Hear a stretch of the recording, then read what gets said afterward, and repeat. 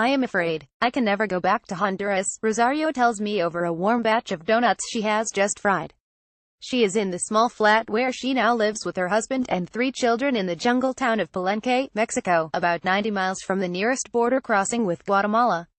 Rosario is one of many people fleeing their home countries and turning to Mexico for help. Statistics published by the Mexican Commission for Refugee Assistance (COMAR), the state body which analyses asylum cases, show that requests for asylum in Mexico are up. In 2013, Mexico received 1,296 requests. In 2016, the number had increased to 8,788. The COMAR predicts that this year the total number of people seeking sanctuary will reach nearly 20,000.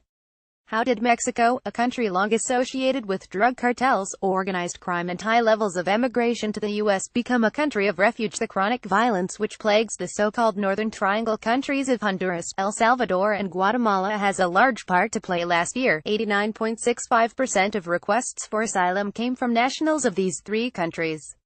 However, with the current political crisis in Venezuela, this year has seen a surge in the number of Venezuelans seeking asylum in Mexico. Figures published by the United Nations Office on Drugs and Crime (UNODC) in 2013 indicate why Central America is one of the deadliest places to live on Earth. According to the UNODC, Honduras had the highest homicide rate in the world at 90.4 murders per 100,000 inhabitants. El Salvador came in at 4th with 41.2 per 100,000 and Guatemala at 5th with 39.9 per 100,000. The global average was 6.2 per 100,000.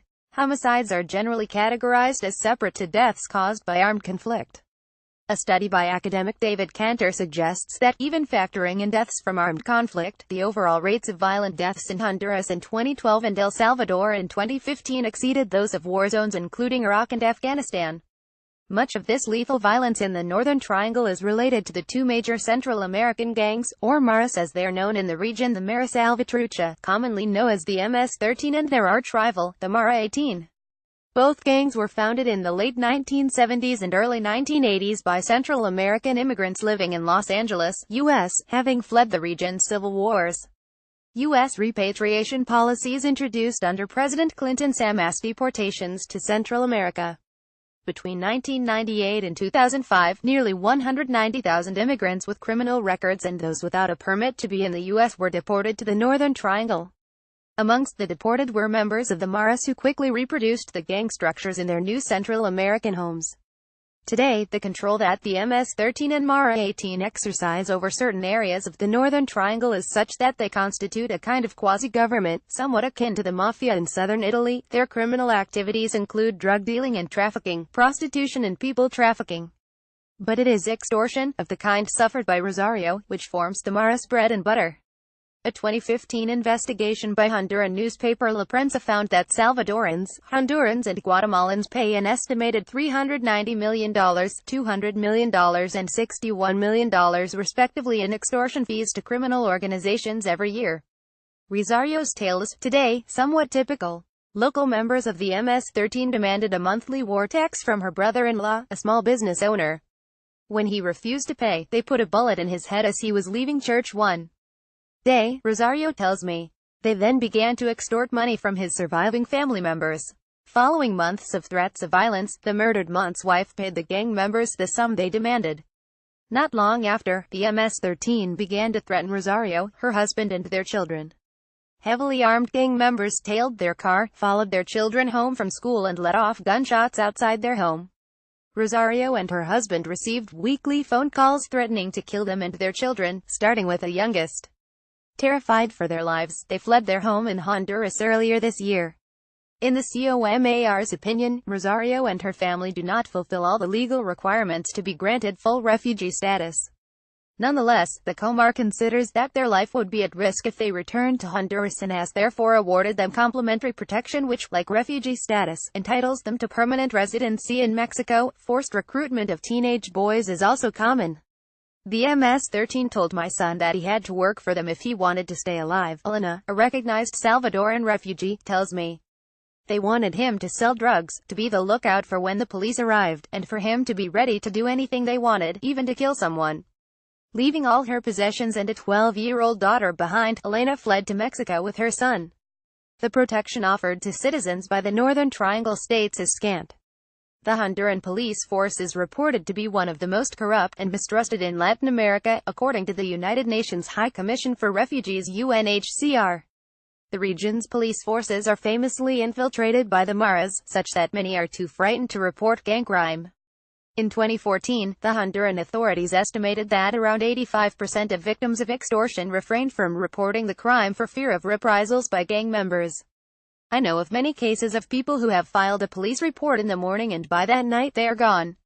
Disappeared, Rosario tells me. Lack of information surrounding the asylum process has, and continues to be, a major factor preventing people from applying for asylum in Mexico. But the situation has improved over the last few years. Many people arriving in Tenochtitlan had already passed through Mexico a few years ago, asylum lawyer Scarlett Gomez tells me from her office in Tenochtitlan, about 35 miles from the Guatemala border and a first stop for many Central Americans arriving in Mexico. The authorities pretended that the refugee status, or the right to apply, did not exist in Mexico, says Gomez. Of course it existed. The fact is that people were not getting the right information. Immigration enforcement officials who detain migrants without a permit to be in national territory are supposed to screen detainees to identify individuals who may be entitled to protection, and provide them with information about the asylum process. But they are notoriously bad at doing so. Government figures show that, in 2015, Mexico arrested and deported 117,990 Central Americans. It is impossible to tell how many of these had a legitimate claim for asylum. However, according to a report published by Amnesty International in June this year, numerous asylum seekers reported to have been returned on multiple occasions to their country of origin without being informed by agents from National Institute of Migration (INM), Mexico's immigration enforcement agency, of their right to seek asylum.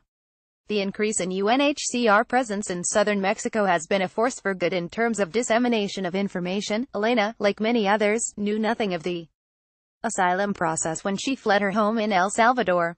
Here in Palenque, in the migrant hostel, we met some people from the UNHCR who told us that we could apply for asylum and that Mexico could help us.